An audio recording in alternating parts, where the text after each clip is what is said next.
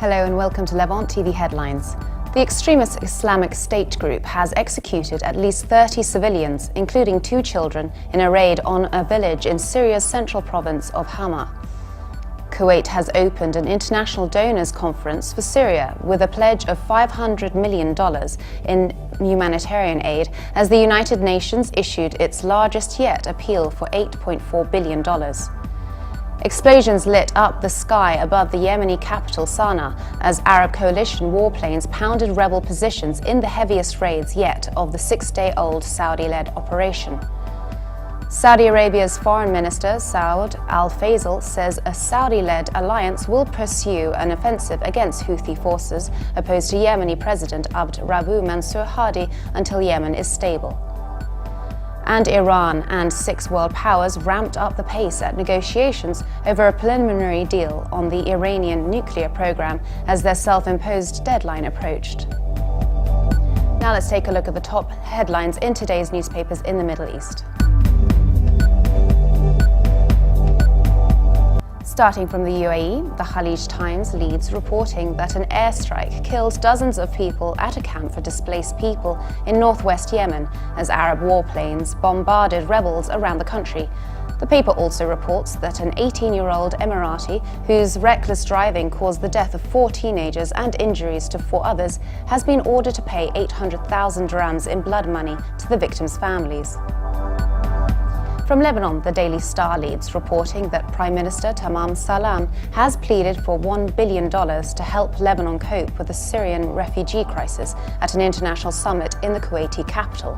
The paper also reports that Beirut judge Ziad Abu Haidar has filed official charges against Tawhid party chief Wiyam Wahab for slander against former Prime Minister Fouad Siniora after Wahab called the future blockhead an Israeli agent. The Egypt Independent leads reporting that the Egyptian government is in negotiations with Saudi Arabia, United Arab Emirates and Kuwaiti sovereign funds for contributing in financing Egyptian projects in Africa. The paper also reports that Al-Azhar and the Ministry of Endowments have completed their review of religious textbooks for elementary and secondary schools aimed at removing the materials that could potentially encourage religious extremism. Now let's take a look at the top Middle East headlines from the UK papers. The Telegraph leads its Middle East news, reporting that Russian Foreign Minister Sergei Lavrov chose to return to Moscow on Monday, explaining that he would only come back to Lausanne if there was a realistic chance of agreement. Shortly after the plenary session broke up at 8:10 a.m., Mr. Lavrov announced that he would indeed be returning to Lausanne, suggesting that the meeting made progress and an agreement is possible. The Guardian leads its Middle East news, reporting that the Pentagon has strongly denied reports that a US drone strike killed 2 Iranian military advisors supporting Iraqi attempts to retake the city of Tikrit from Islamic State militants. Iran's elite Revolutionary Guard Corps said in an online statement that the 2 men were killed in an airstrike on 23rd March, but the US military said that its warplanes had not launched any attacks near the city on that date.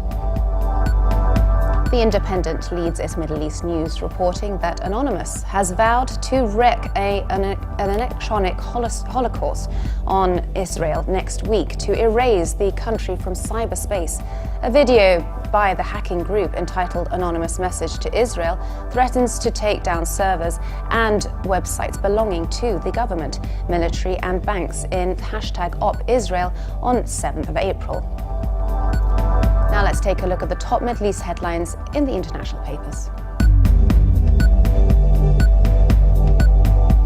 From Germany, the Deutsche Welle reports that a major United Nations conference aiming to gather aid for Syrians opened in Kuwait today.